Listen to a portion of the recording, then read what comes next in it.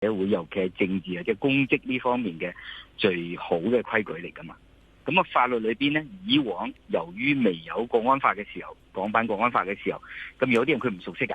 但係你見到咧，當國安法即係訂立嘅時候，未最後7月1號，未最後即係話實施之前，已經有啲人自己都知道自己有問題噶。譬如話有啲人棄保潛逃啦，有形成一啲案例先至會大家更清楚。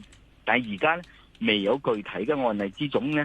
佢只係即係按照呢個 DQ 新嘅標準加埋落去嘅時候呢，咁的確會有啲人咧覺得我唔夠清楚嘅喎，因為佢係新啊嘛。咁但係裏邊嘅內容到最後呢，除咗選舉主任，咁我哋相信呢，如果有爭拗嘅時候，仲要透過相關嘅法庭呢，最後審先得。你見到而家都有啲人即係當然就要法庭處理啦。不過即係你反覆都認為即係要法庭處理啦，係嘅。不過最後呢，我想問一樣嘅問題就係6點鐘行政長官會舉行記者會嘅。